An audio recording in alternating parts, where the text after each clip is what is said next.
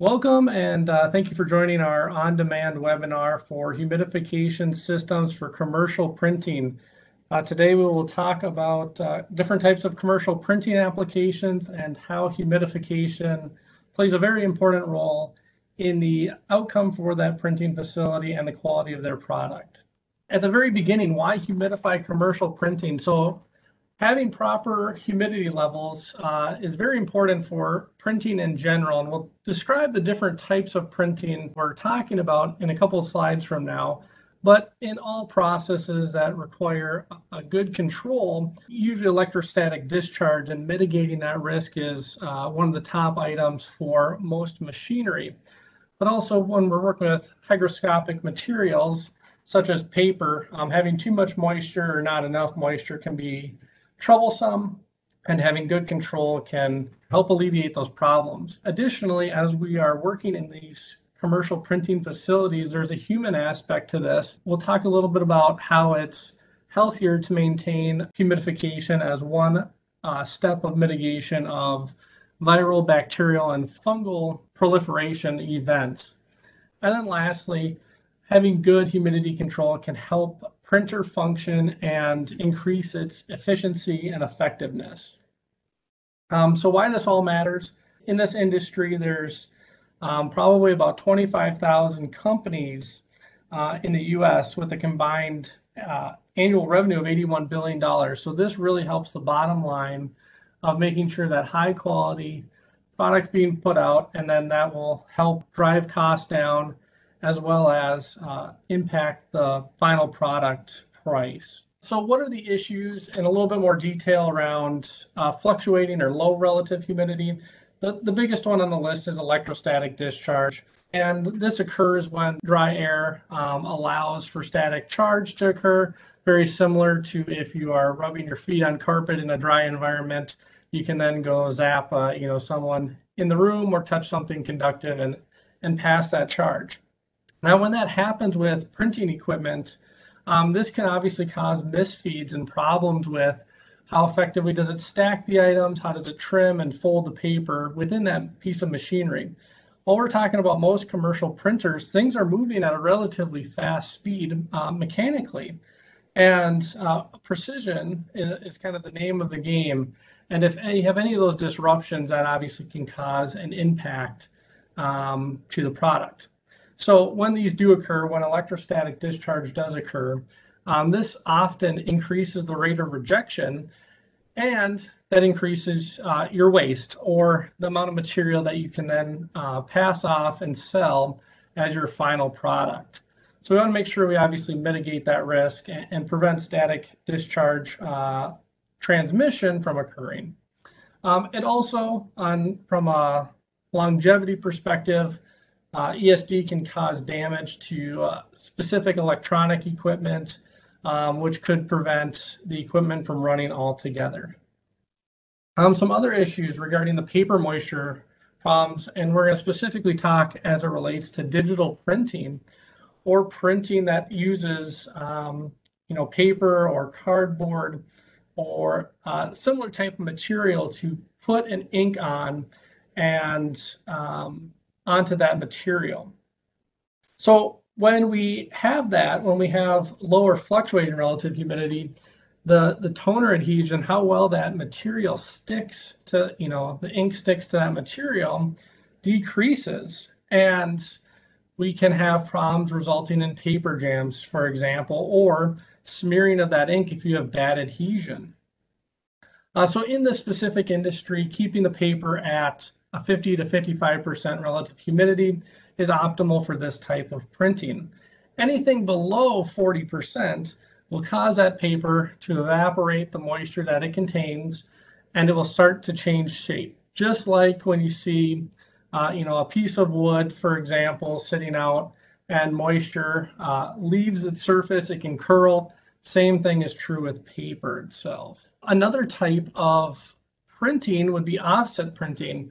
So this is where that moisture content is equally as important as digital printing, but has different ranges. And this is how it really interacts between the ink and the press, and then the paper to the press and the ink to the paper, essentially. through that transference of ink material onto the paper material. So typically what we've noticed is keeping a higher moisture level of 55% or greater in the press hull is really what is observed in the industry.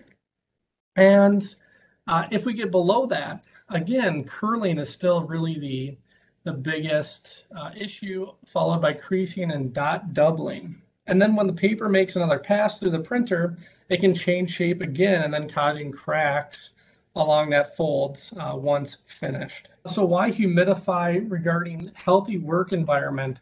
So the chart that's on the right side of this presentation is talking about a Sterling study that was done back and published, I believe, in the 1980s. And this is really showing what an optimal range is, looking at a couple different contamination sources, whether that's bacteria, viruses, etc. And when we talk back to the health and safety of our workers in this printing space that are running these digital printers making these products, we're impacted by that as well as materials. You could gain mold on materials. But really that optimal range, specifically for the human occupancy perspective, is between 40 and 60% RH. So what has been shown through studies is after you go below 40% RH, absenteeism actually occurs more frequently due to respiratory illness. If we look at this, outside of the numbers shown on this chart, think about winter conditions and how colds are more likely, and essentially that seasonality of humidity dropping in at least North American climates. So with that study, the one piece of data that's important is if we have proper humidification, we can reduce absenteeism as much as 18%. Moving to thermal comfort. So there's another aspect to the human piece of this.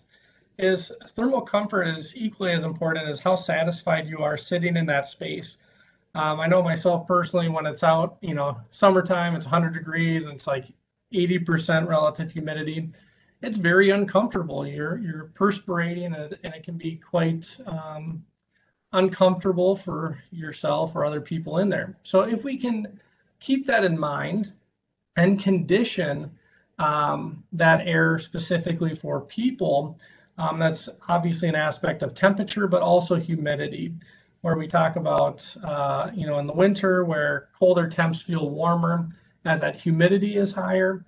And likewise in the summer when that humidity is lower and it's high temps, it feels better on you. You're able to dissipate heat. So with that, most room temps, 68 to 72 degrees Fahrenheit, and back to that 40 to 60 can really impact the thermal comfort. Some other inefficiencies by lower fluctuating humidity. So inefficient printer function. So directly, humidity has that direct relationship to contribute to less downtime. Paper jams are a big thing that we talked about already, speaking about humidity, but also the paper sticking together, as well as if this process has any sort of adhesive properties that may activate based on certain humidity conditions. So something that we want to promote and be cognizant of is having a well-balanced area in that printing environment to give a consistent level of quality. And really the end goal for a printing facility, reduce waste, improve quality, and have longer life cycle of cylinders and plates depending on the printing type.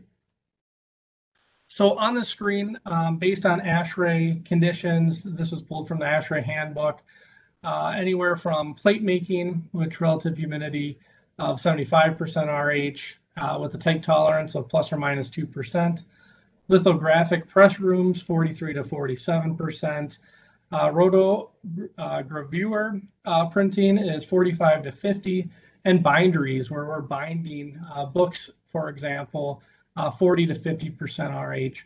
The one thing that I want to talk about specifically is not the set point necessarily, but if we look at these charts and how tight of tolerance that is, and when we get into products, understanding what product might be a good fit for your specific application, is very important. How well can you maintain that space?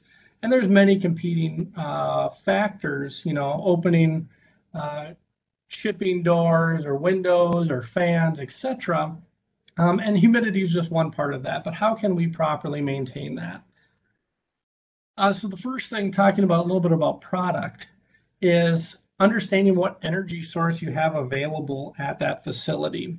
If you have boiler steam, you can choose to use it, you can choose not to use it, obviously, but it gives more options than, let's say, if you didn't. So if you did have boiler steam, you could potentially use a steam-to-steam heat exchanger or a DriSteem STS unit.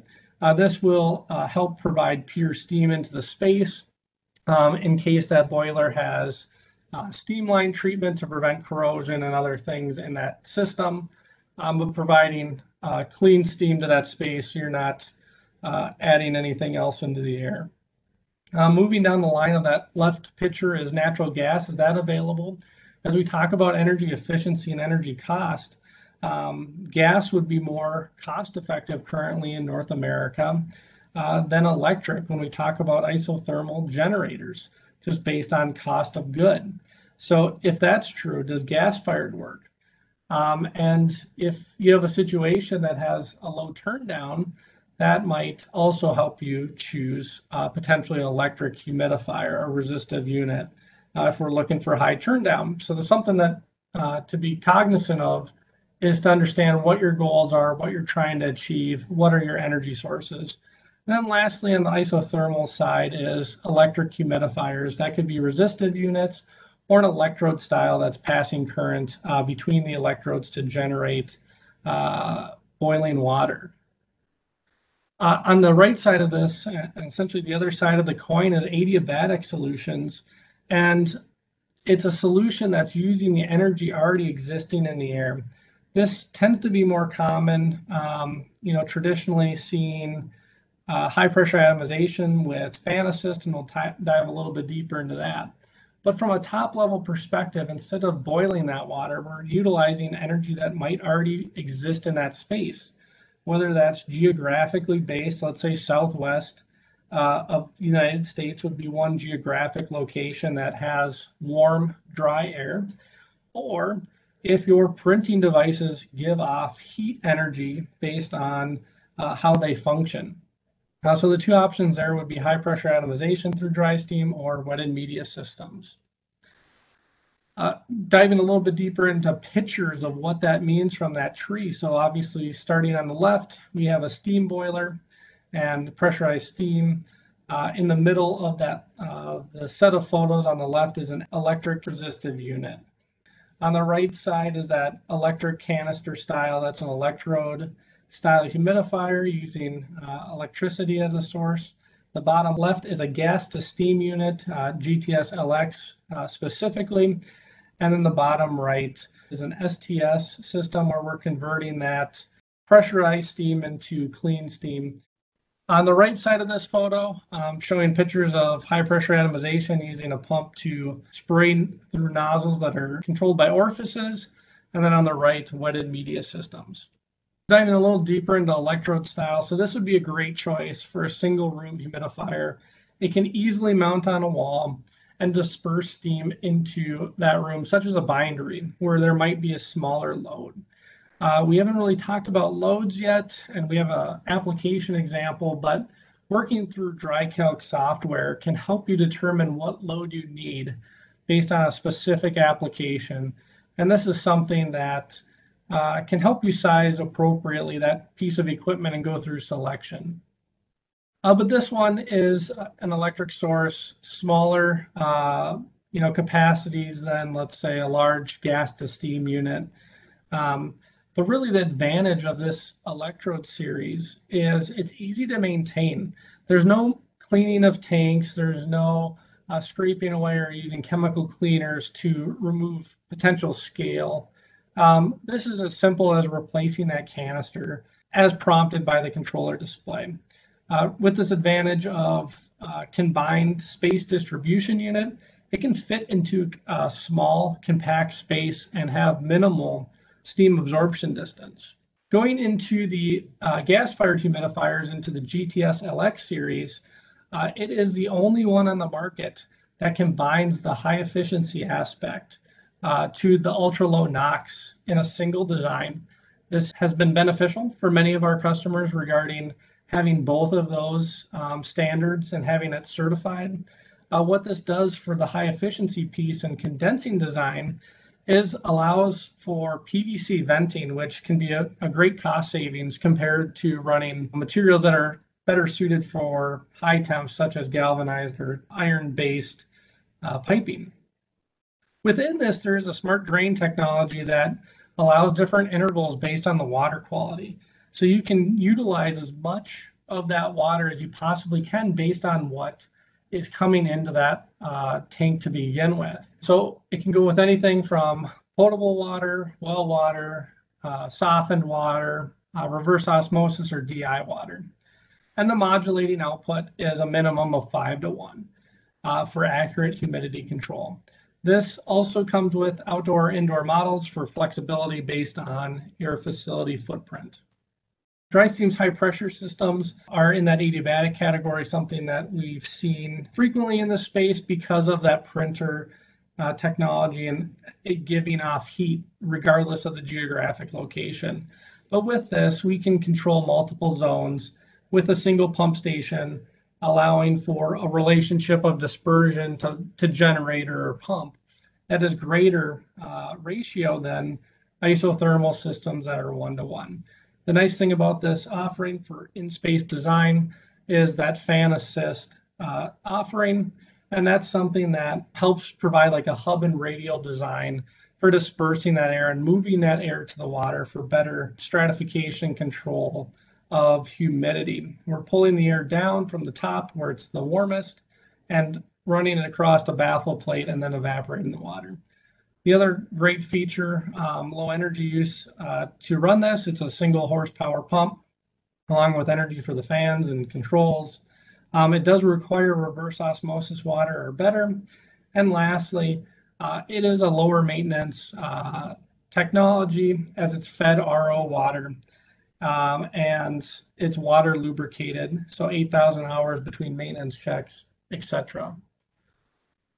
So DriSteam's water treatment system, this is something that can feed our generators, or in some instances, reverse osmosis permeate has been fed as a dilution stream based on different printing technologies requirements based on their machinery. So within this space, we tend to soften that water to prevent scaling formation on the membranes.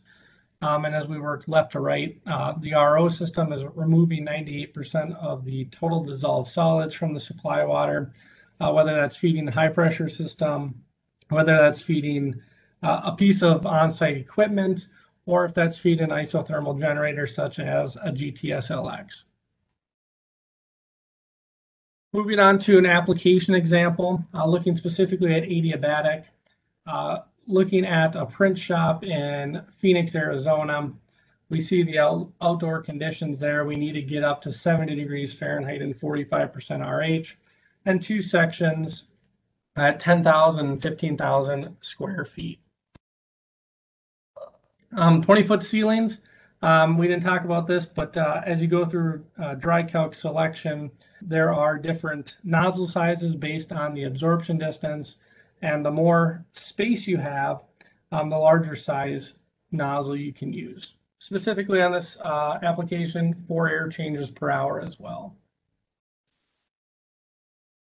So looking at an HVAC layout, they have gas heaters for those design days that are lower than the set point temperature. And then they have large ceiling fans. Other than that, there's no mechanical ventilation system.